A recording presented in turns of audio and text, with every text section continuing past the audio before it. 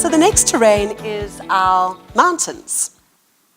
And this is really politics that takes place at an organizational level, and it is very much driven through your formal processes, procedures, your rules, your regulations. It's formal power, and it also relies very heavily on formal guidelines. And the example that I want to use here is one of the clients that we were doing work with. Their onboarding of consultants was the most tedious and irrational process that I've ever seen in my life. It took me 9 months to be onboarded as a consultant. 9 months. And what was so ironic is that they had a big project underway where they were looking at the client onboarding experience and finding ways of making the journey that much easier for clients. But they didn't think to look internally and go, what about the experience of our consultants? And you know, in order for us to be able to deliver on a project, we need to be able to have the tools and the access that we need to work. So for 9 months, you had people going, okay, well, I'm going to try here, and I'm going to use this, and I'm going to sidestep over there. So look, it taught me a lot of creativity, but it certainly was red tape stopping us from being able to deliver. So if we look at some of the strategies that we can use for navigating that sort of terrain, it really is looking at getting feedback systems in place, also setting up independent task teams, if need be, to look at things with fresh eyes, assessing the level of bureaucracy, assessing where there were blockages and unnecessary red tape, and then also looking at handling ad hoc issues. So what we'd found is that the project coordinators that were managing this process were dealing with HR directly. No one had ever really escalated this beyond the project coordinator. So what we did is we actually escalated to our executive sponsor, and we said, look, this is ridiculous. We've been sitting for 9 months. We're not working. And what he then did was say, I want an independent team set up. I want a team to look at how we can expedite this process. And they did. They identified gaps. I'm very, very happy to say that the process is now looking at anything between 1 to 3 months compared to what it did when it was 6 to 9 months. So one of the ways of really dealing with the bureaucracy and the red tape is getting fresh eyes in and really looking at a way of checking why is the system and the process what it is, and how do we get also the right level of authority to support us. So on that note, Carmony, formal processes and guidelines can drive politics across an organization, and sometimes formal procedures and processes have a negative impact on organizational change. How have you seen this play out, and what did you do to navigate the politics around that? Thanks, Linda. So we were facing a challenge between the relationship between corporate functions and business units. So corporate functions are your audit, your HR, your finance, and we felt that the business units were driving revenue and they were being slack around implementing good compliance and governance processes. So the corporate functions were resentful because they were having to clean up after business units who were being celebrated for bringing in wonderful targets. And the corporate functions were resentful because nobody was recognizing all of the cleanup that they needed to do for corporate governance.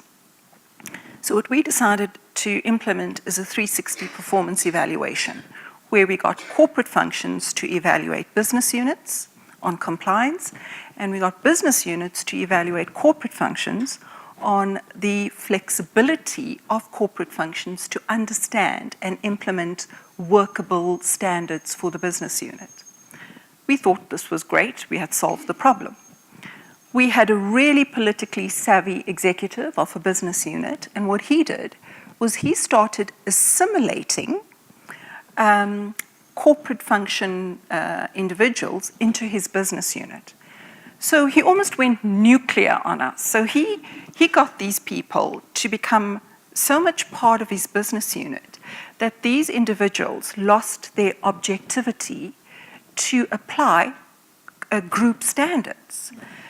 And it took us a couple of months to realize at a group level that all the group standards were only representing one business unit, and we couldn't figure out why all the other business units were kicking up and objecting to the group standards that were being implemented. And that's because they didn't apply to them. They only applied to one business unit. So we realized that this was not going to work, and we went back to the drawing board, and what we did was we decided to give business units full autonomy for managing themselves. And as a result of that, we made them the players and the referees. And to the point Sandra made was when we understood that the political tactics that were playing out was purely because they were objecting to the fact that they felt they were being managed. And we said to them, manage yourself. You have full autonomy.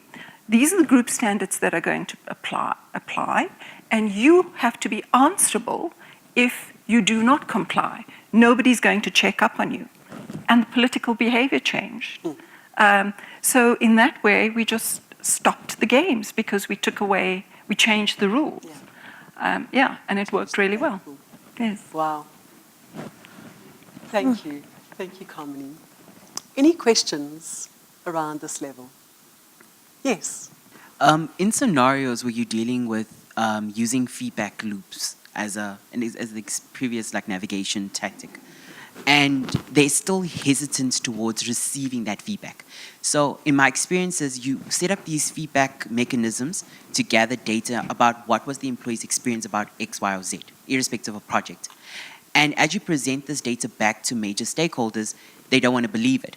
So how do you address that hesitance towards the data is there, the experience speaks for itself, but the business doesn't want to acknowledge or accept that this is fact?